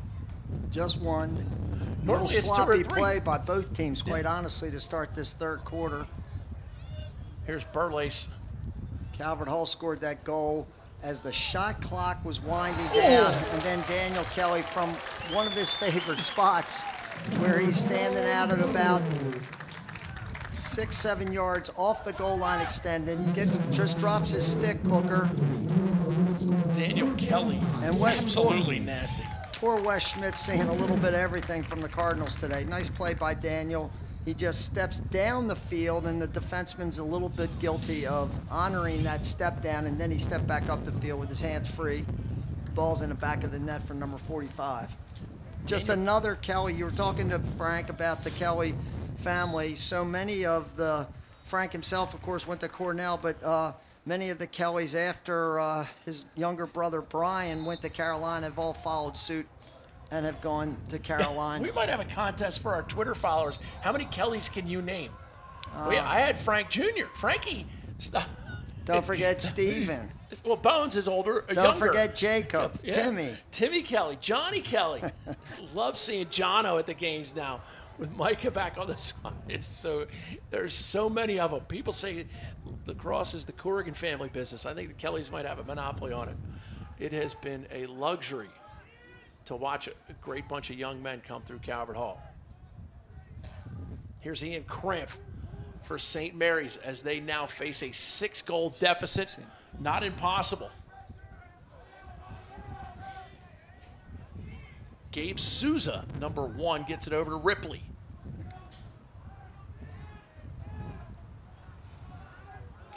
Hockenberry was playing midfield early in the game and rolling to behind the goal to invert off a short stick. Now they have him playing, looks like strictly attack.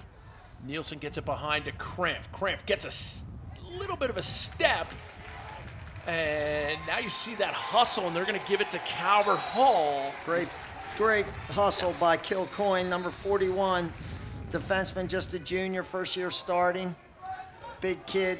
And if you're the referee there, Bob, don't you give it to the team that's down by 6? Referees for today's game, Francis Donnelly, Walter Skopchak, and Jackie Treehorn making his first MIAA start. We get a timeout by Coach Kelly. He didn't want to lose possession here with 6 minutes left in the third quarter. The Columbia Bank, the Valley Inn, great places. On Sunday, April 28th, the premier running event in the state of Delaware is back, the Delaware Running Festival. Come enjoy the fantastic new marathon and team relay course, run the half marathon, or line up some of your running buddies for the super friendly 5K. Then let loose at one of the best post-race parties in the Mid-Atlantic region featuring Dogfish Head beer. Bring along the whole family and get all the kiddies in the Highmark Delaware Kids Fun Run. Go to DelawareMarathon.org and register today. Represent for Rough Rider Nation. The Rough Riders have been on top of the game since 2007. Rough Rider alums continue to shine and won national championships at all levels. Rough Rider teams dominate the countryside in Maryland, Pennsylvania, and now Virginia. check us out online at roughriderlacrosse.com. It's time to ride or die. 1, 2, 3, ride! Yo, Sean. Yeah, Good look at the St. Mary's folks leaving the huddle. Speaking of St. Mary's folks, Johnny is so strong, sweet dove's heel.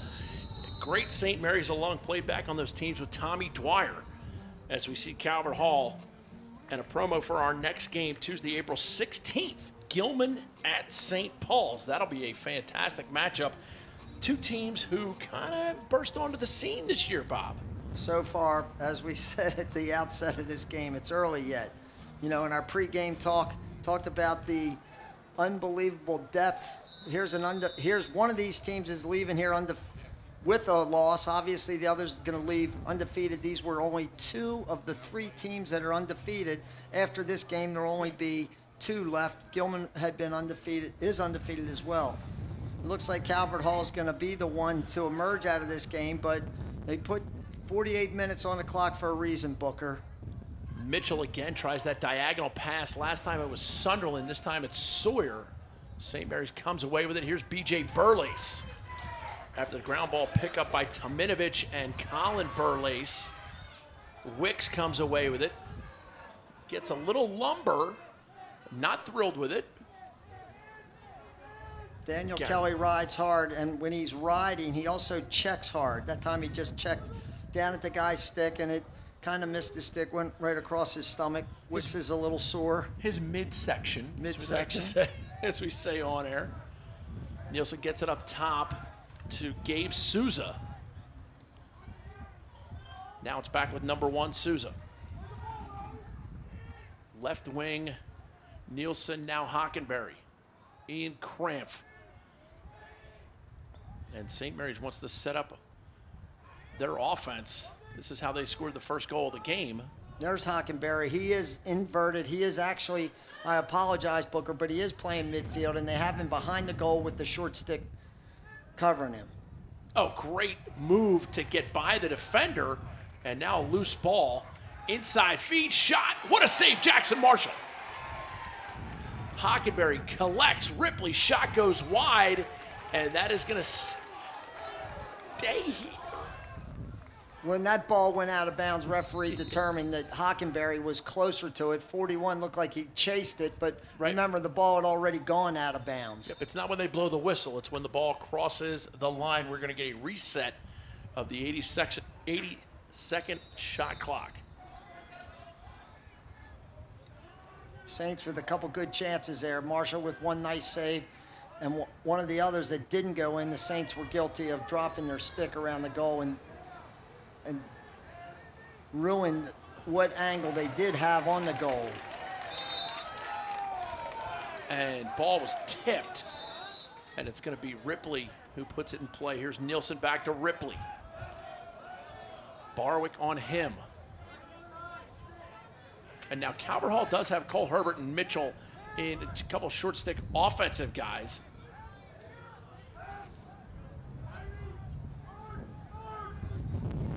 Here's Ripley. Well, Booker, if you were Coach Kelly and you looked out and you had Mitchell and Herbert playing defense, would you really be that concerned? Well, he's got plenty of backups as Jackson Marshall gets the loose change off the crease. And now it's Snyder. Snyder sidearm sling. Mitchell goes up to get it. And with just over 3 minutes to go, third quarter, Calvert Hall leading nicely. Here's some saves by Jackson Marshall. Gets that one.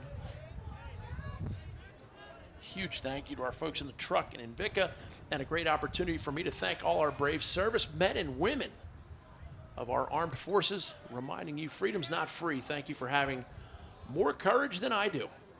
As Josh Weber comes across the top inside feed, Colin Stewart tries to gather, and Colin Burlace will.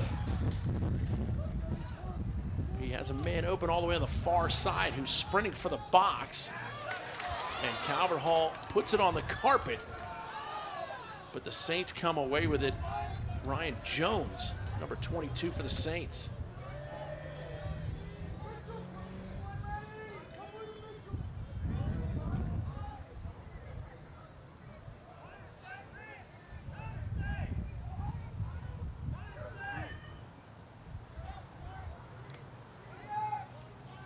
B.J. Burley's running some offense with the long stick. Likes what he got. Second goal of the day. Look, I got to tell you, you don't often see a team keep their short stick defensive midi. Wicks is on the field with their long pole. Burley's, this is Burley's second goal. They just moved the ball around. Mitchell steps up, Burley steps around, gets his hands free. There's somebody that again went over. Watch Mitchell, number 12. Connor goes over Burley's head thinking he can get the ball on the ground. Burley just pulls his stick, gets his arms extended, goal. For you guys watching this game that are young players or old players, I don't care what kind of a player you are, stop going over the head. It usually doesn't work. Old players or young players. My man Bob Shriver dropping knowledge. Kai Sasaki doing what he does. And Chris Catone possesses for the Cardinals. Great goal by B.J. Burley, and that's a moving pick if you want to know what one looked like. Good And pressure. I tell you, and Bob, the Lord works those things out sometimes, right? That's what they say in basketball, right? The referee makes a bad call, the guy goes to the foul line, and inevitably he misses both shots because it was a bad call. The ball knows. The ball knows. Great knows great. Here's Ripley. Scout Ripley, younger brother of King Ripley. We saw him last year for the Saints. So many of these. Garrett Nielsen, so many of these Saints going to great colleges. Nielsen going to Ohio State. Dunleavy, first time we've seen him, I believe, in the game, Booker. He's a junior midi going to Army. Good sized kid. Here is Patrick Dunleavy, left hand in the alley, and he gets it behind to Hockenberry. Hockenberry rolls back a couple times on Aiden Fritz, and Fritz just says, you know what? I'm playing D today.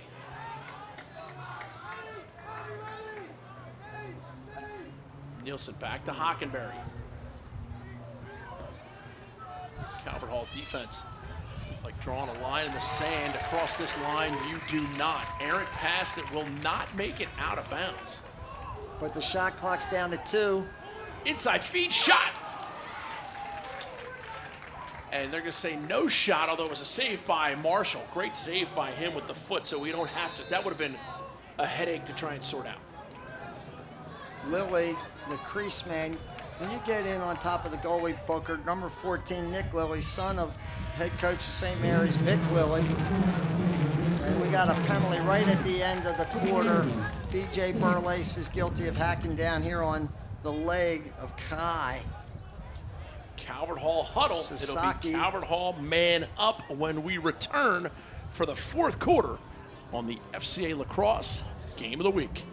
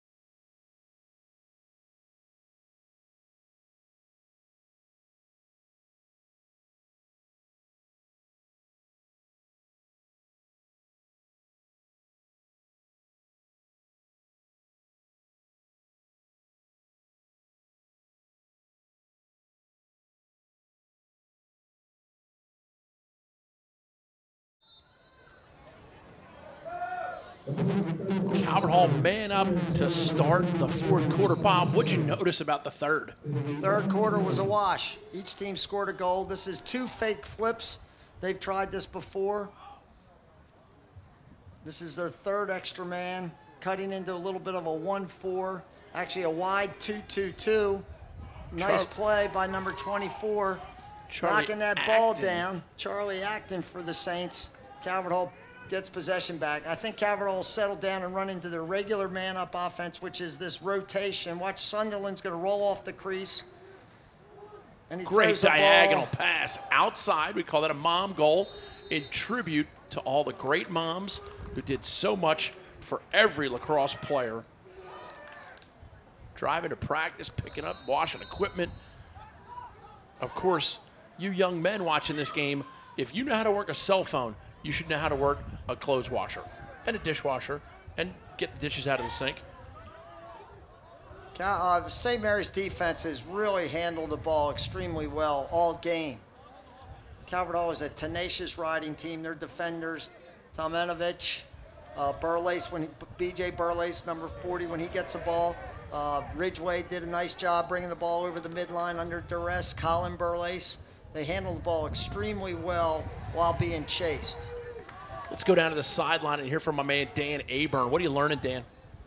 Well, I was just listening into the St. Mary's huddle, and I actually think one of the things that they've done really well in this game is that, of course, there's been some sloppiness, but they've really preached just win the next play. They haven't gone out on offense and thrown shot really poorly or anything like that. I think they know that they need to win the next play, and I think they've done a good job of that. But obviously, we're running out of time here for a comeback, so they need to make some magic happen. Here is Ripley. Gets it behind, gathered by Hockenberry. And Souza. And late in the shot clock, now Cramp gets to the inside.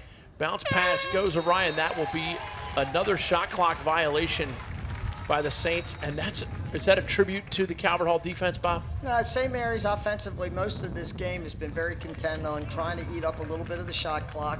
But as Dan just alluded to, when you're down by 5 goals, you really don't have too much time because the clock's ticking. However, they've played even so far this half. It's 1-1 in score this half.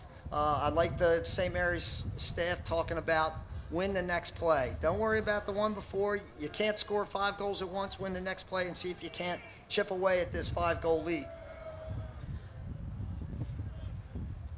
Calvert Hall on offense. St. Mary's undefeated in league play. With a couple nice victories under their belt, including a nice one. Burlace with the pickoff. You lob a pass, BJ Burlace is going to make you pay. He's going for a hat trick. Gets it inside, and the Calvert Hall defense collapses well. That time he fed the ball into Nick Lilly, who was open, but Nick's guilty of not stepping to that ball, and he gets checked from behind. If he steps up the field to the ball, he probably has an opportunity to turn and dump that ball over to Nielsen, which he tried to do, but his feet weren't moving. Burlace has made a bunch of plays, Booker. You know, that was a nice pickoff. He's picked up a couple great ground balls. He scored 2 goals. We talked about B.J. Burlace, number 40, at the outset of the game, and he's shown that he deserves all the accolades he's already gotten. An Under Armour underclass All-American. So many of these guys on this Calvert Hall team participated on it, and sometimes you hear people say, there are too many Calvert Hall guys. They're 2-time defending MIAA championship. Evidently, they're pretty good. Herbert's pretty good. Herbert, while everybody thinks Herbert's a goal scorer, he's shown over his career, shown in this game, the ability to find the open man. He's made a nice feed to Kelly earlier in the game. He's not a one-dimensional guy.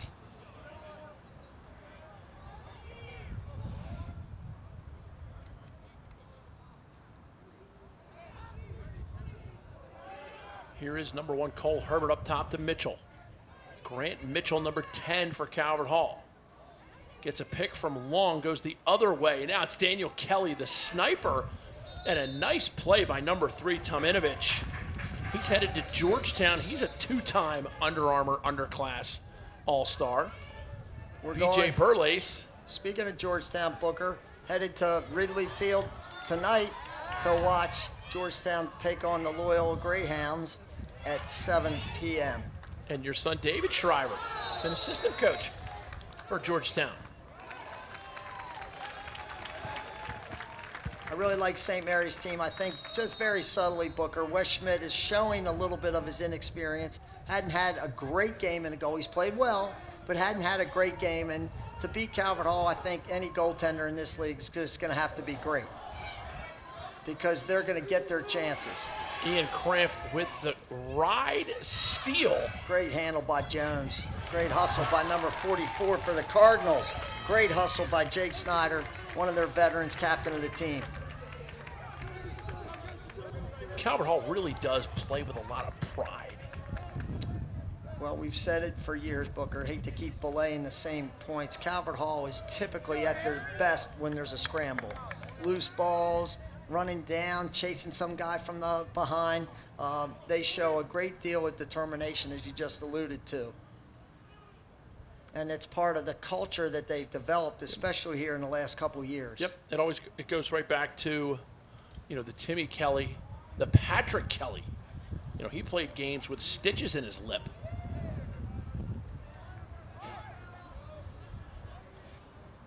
Here is Daniel Kelly up top, and he shares it with Connor Mitchell, number 12. Little two-man game. Ball goes on the carpet, now high in the air. There's Burley's picking up another loose change. Throwing the ball to Wicks. Great handle. Look at Weber by hustle. Wicks. Look at Weber hustle. Cramp, diagonal shot, goal. Ripley with the finish. Cramp with the diagonal. But it starts with B.J. Burlace, and we're 11-7 with 5:50 to go. St. Mary's hasn't won enough faceoffs to go on a run, but what do you like about this play?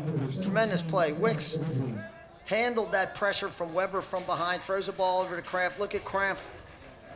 Threads the needle, throwing through the defense to number 17, Scott Ripley with his left hand, who finishes on the doorstep. Now, hey, the Saints are winning this half 2-1. They are building some positive momentum. Whether they end up winning this game, they can take what they've been doing in this game forward as they move through the MIAA. St. Mary's takes a timeout. We will as well. 5:50 left in the fourth.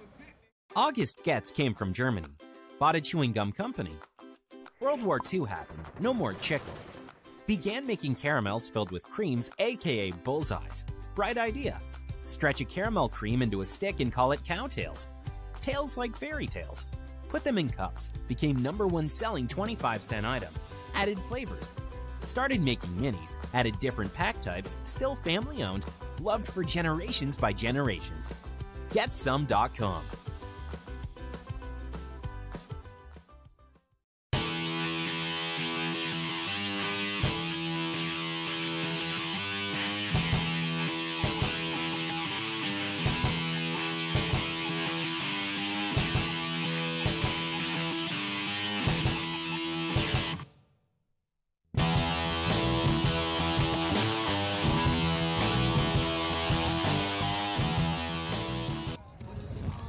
Nice look at that Calvert Hall huddle. The home team up 11-7. Booker Corrigan, Bob Shriver, and Dan Aburn bringing you the call. Let's go down to the sideline to talk with Inside Lacrosse, Dan Aburn.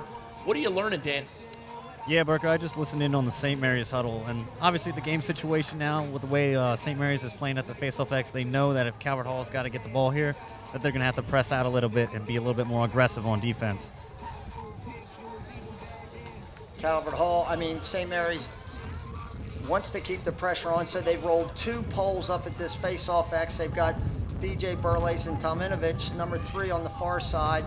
As you said, Dan, if they lose the ball, hopefully those 2 guys can put some pressure on the Cardinals.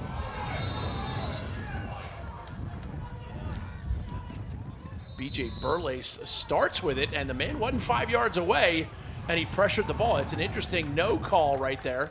But no harm, no foul. As Hockenberry gathers, number 4 for St. Mary's. He's played well all day. He's no Tommy Dwyer, but he's played very well all day. Burley staying on the field on offense. This is great. Just great.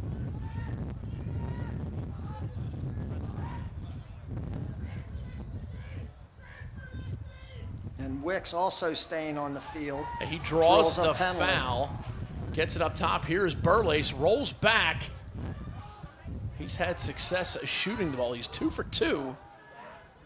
And he rolls it across to Scout Ripley. And now Burlace will go off. Burlace is showing the effects. They just went off sides, no call. Burlace is gassed. He's played a heck of a lacrosse game. Yes, he has. Nice roll off. Ripley. Oh, goodness.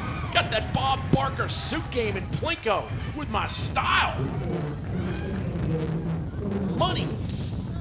Sorry, Book. Earlier, just a couple minutes ago, we were talking about somebody not stepping to the ball. Watch Souza step up the field, and he turns away from the defenseman coming in from behind him, throws it down to his man, Scott Ripley, on the wing. This is Ripley's second goal in a row. Ripley makes a really nice play and steps into the open space created by that slide up the field. Booker, we're down to 11-8. I was mistaken that the Saints had outscored Calvert Hall in the second half. Remember, Calvert Hall scored right away to begin the third quarter, so I was a little off. They called this a 1-minute penalty on the Cardinals, so this is another great opportunity for the Saints, facing off 3 against 2. Zach Dudley, number 12, facing off for St. Mary's, and it looks like it's Tyler Dunn for Calvert Hall, and he wins it popping forward, and he will select zone 5. I don't see Coach Kelly looking for it. Yes, he does. Yes, he does want a timeout. And referee Francis Donnelly tells him this is the most economical receptacle we have. And it's going to be St. Mary's possession, and they are up a man. But they need to clear here. Long looping pass, and it's B.J. Burlace. Still have 30 seconds on this extra man. They need to get their subs in the game quickly. And here's where that war of attrition starts to be a factor, because St. Mary's can't do what, Calvert Hall, they run so many guys at you over and over. And they're shutting off Nielsen. Herbert, who doesn't usually play man down, is told to shut somebody off, so they're playing 4 against 5. Shot by Gabe Souza, number 1, backed up by Cramp. Cramp and Hockenberry behind.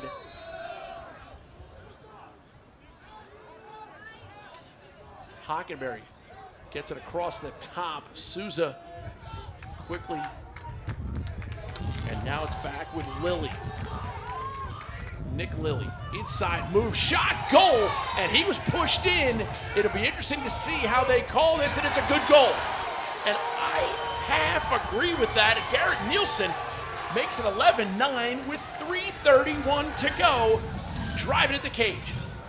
Look, this is this play around the goal. If you dive, notice he does not dive. He stays on his feet. He gets pushed into the goal. He did not head to the goal mouth. That ball is good. 11-9 with 3 minutes and 31 seconds. The lefties, Ripley, Nielsen, they've accounted for quite a few of these tallies that the Saints have accumulated today. And that was Nielsen clearly trying to get to the top of the crease, and Jake Snyder, being a great defenseman that he is driving off on his man, and he tries to push him towards the goal, and I think the right call. Jackie Treehorn and Francis Donnelly with the call. Kai Sasaki flips it back, and now it's Cole Herbert. St. Mary's has closed it to a 2-goal game. And here's Ethan Long, number 22 for Calvert Hall. St. Mary's now has clearly won the second half. They're winning 4 goals to 2, and have narrowed this 4-goal deficit they had at halftime to 2. Sunderland, outside roll, goes inside now, backhands it. This is going to be, I don't know what the refs are going to call here. He clearly left his feet. The referee threw his flag in the air immediately, and I don't know whether that was because he felt he hit the goalie. Or he was pushed. Or was he pushed? Let's see.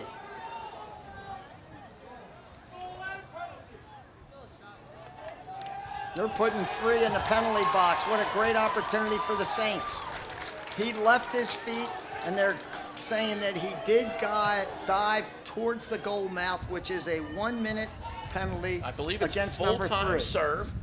And Bob, we've talked about this before if we get a replay, but in 2018, a year ago, a player diving towards the cage was a confusing play and a tough call for the officials. In 2019, they changed the rule, and it's still a confusing play, and it's still a tough call for the officials. It's really hard, Booker. It's the hardest call in the game right now. Watch, he clearly is leaving his feet. Now is he diving across towards the goalie, which is what the referees call. And I don't even know if he got touched by 44 on the reach. They called him for diving towards the goalie. Yep. This is a great opportunity for the Saints to cut it to 1. Cramp outside, shares it with Souza. Nick Lilly up top to Ripley. Now it's Nielsen. Hockenberry's the guy behind the cage, number 4 for St. Mary's. Looking to feed the whole way. Diagonal pass gets deflected. And St. Mary's does a nice job. Here's Scout Ripley at speed. Souza and Cramp up top now. Look at the 2 lefties. 8 and 17 want to get their hands free, I can tell you that much. 20 seconds on the man up. Here's Ripley. Lilly and Cramp now on the wing. Inside shot. Rings iron. And now it's Ripley. Clock winding down, and that could be a costly turnover as we are inside 2 minutes now. The penalty has expired. Jack Sawyer comes up with the loose ball momentarily, but it's still a bit of a hot, sloppy mess. Colin Burlace bats at it. He gets it in the box. Coach Kelly can use his timeout. He's still got 1.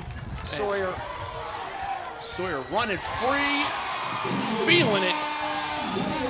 And just like that, Calvert Hall extends it back to 3. Sawyer comes up on the sideline with the ground ball. And it just takes off. Great run by Sawyer, great ground ball. How about at the other end? The Saints had a great opportunity, hit a pipe on a nice, beautiful cut on their extra man, hit a pipe, ball nips around here in the midline, goes across the middle of the field, number 6, Jack Sawyer. Beautiful ground ball, and he just beats his man to the goal.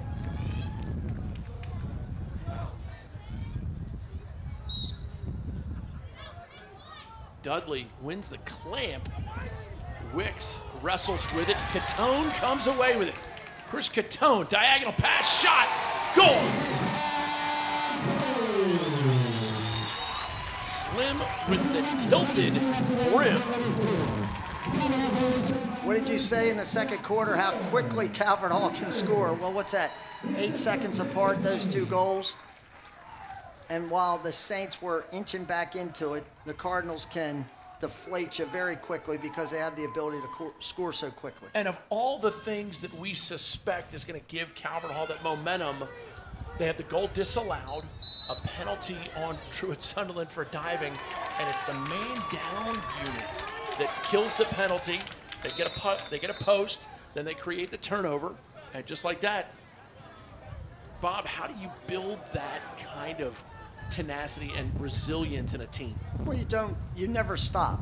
You know, once you relax and you think you have it made, watch what the Saints did. They did a beautiful job getting back into this game, but the Cardinals, they can't stop doing what has, so to speak, gotten them there, and that's their tenacity, and they kept chasing it, and finally a couple good things happened for them. And here's Weber. What a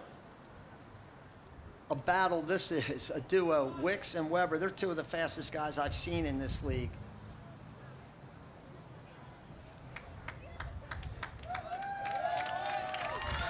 The shot clock and the game clock are pretty equal, Booker. They're just going to run this out. Harrison Ewing. And now it's Sawyer. St. Mary's looks to go double. They get it to Daniel Kelly with 15 seconds left in the game clock. St. Mary's proved they're worth the hype, though, Bob. I was impressed.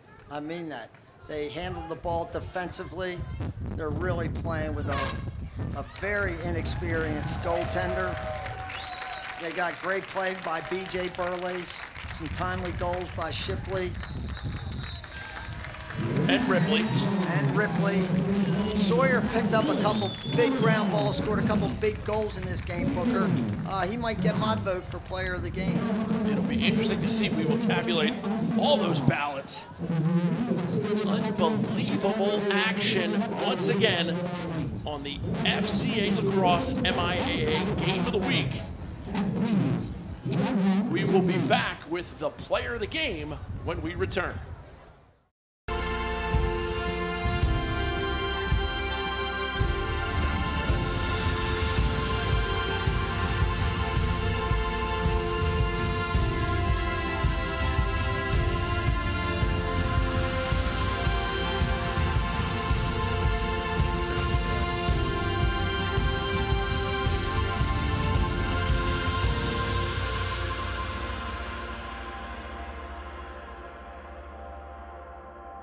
It's time to go Toyota. With a great selection of rugged four-wheel drive and year-round all-wheel drive vehicles, including the completely redesigned adventure-ready RAV4, or any of these 9 models built to help you feel more secure no matter what the weather brings. Plus, advanced safety features come standard on most models. Learn more and shop deals on buyatoyota.com. See your Toyota dealer, your four-wheel and all-wheel drive specialist. Toyota, let's go places.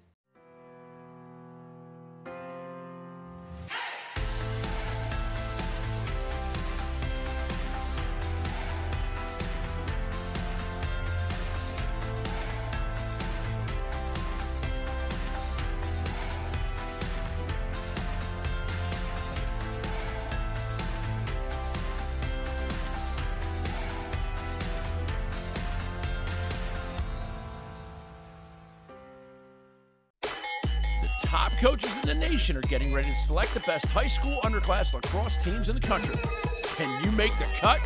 The Under Armour All-American Underclass Tryouts have become the premier lacrosse exposure showcasing the entire sport. Exhibit your skills to top D1, 2, and 3 coaches and compete against the top talent in your region. Push yourself. Shape your future. Rep your region. Visit UnderArmourLacrosse.com now and register. Kelly & Associates Insurance Group and Kelly Payroll helps employers and employees save time, money, and hassle in navigating the intricacies of insurance, benefits, payroll, and workforce challenges. Kelly & Associates Insurance Group and Kelly Payroll is pleased to support CSE TV and the Game of the Week. Visit kellyway.com to put their people, technology, and services to work for you.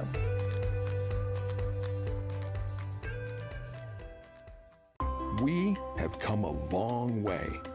All the amazing advancements in medicine. And while science has become better at treating people, we can't ever forget the importance of how we simply treat people. At MedStar Health, we believe it doesn't take a brain surgeon to get the best way to talk to a doctor isn't always in person. And that inside every human body lives a human being. The best of our minds, the best of our hearts. MedStar Health. It's how we treat people. Calvert Hall, a 13-9 winner over the previously conference unbeaten St. Mary's Saints. And Inside Lacrosse Magazine's Dan Aburn is with our MedStar player of the game, Jack Sawyer. Dan, what do you got? Thanks, Book. I'm down here on the field with Jack Sawyer. Jack, first question I got for you. You guys trail at the end of the first quarter. You go on, score 7 goals in the second. What do you think was the difference there? I think in the first quarter, our offense was slow pace moving, and we kind of didn't move the ball around as we've been doing the last couple games. So I think after the first quarter, Coach Kelly told us to keep the ball moving and kind of keep it up what we've been doing, and it worked out in the second quarter. We kind of kept going along with that momentum. And things got a little quiet in the second half until very late when they got a little hairy. You come up with 2 huge goals late. What do you think about the resiliency of this team in that moment?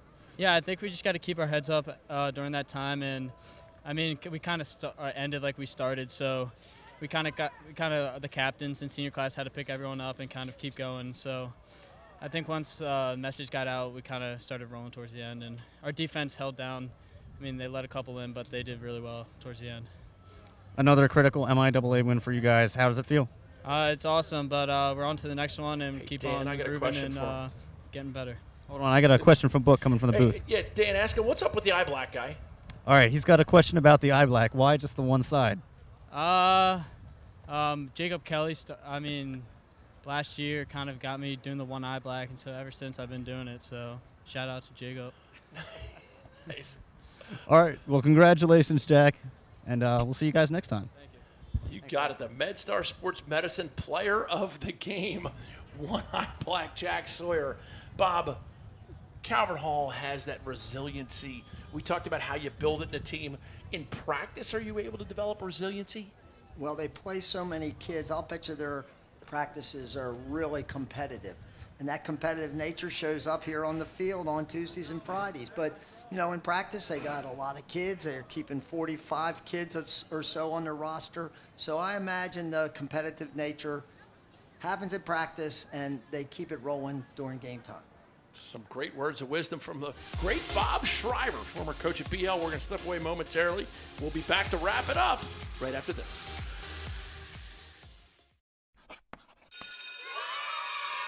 The MIAA Game of the Week has always been known for having fun, and this year we decided to put a fun game together for some of our players. I'm Professor Booker this year. I was a school teacher for 19 years, so I know how to keep somebody after school. We have a game where they get 1 point for every time they catch the ball. They get 5 points for every correct answer, and -1 for every time they drop the ball. Let's meet today's contestant.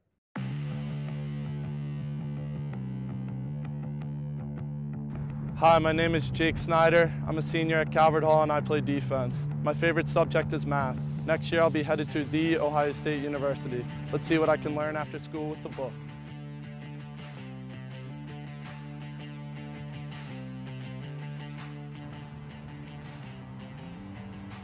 Start throwing. What is the official sport for the state of Maryland? Lacrosse. Who has the best hairstyle on the Calvert Hall's 2019 roster? Luke Lagola. What is the perimeter of a circle also known as?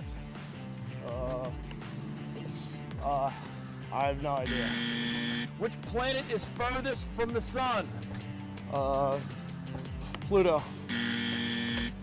Name 2 Kardashians other than Kim. Courtney and Janet, I guess. What is the capital of California? Sacramento. Who made the first American flag? Ben Franklin. Who became president after Lincoln's assassination? Ooh. Adams. Since the NCAA adopted the men's tournament, which school holds the most titles? Syracuse. Nice. Well, give them that. Jake, let's look over some of your incorrect answers. Obviously, the American flag. Betsy Ross made the first American flag. We'll go over all those. We're going to score your points. You are officially dismissed from After School with the Book. Gotcha. Thanks for stopping by After School with the Book. You are dismissed. Jake Snyder spending a little time after school. Bob, what do you think of that segment? I like that segment. It's pretty good. I like some of the questions. I think I had about 100 points. But how many catches if you drop the ball? I can't hold my iPhone, so it's doubtful that I could hold on to the ball if it's bouncing off that bounce back. And how about if this Calvert Hall defense was pressuring you the way they like to get out every now and then? I would be running for my life. They know the opportunity to press out. St. Mary's, it's the first time we've seen them. What was your impression of the Saints? I like the Saints, actually, Booker. I think they're very good defensively. They get the ball out.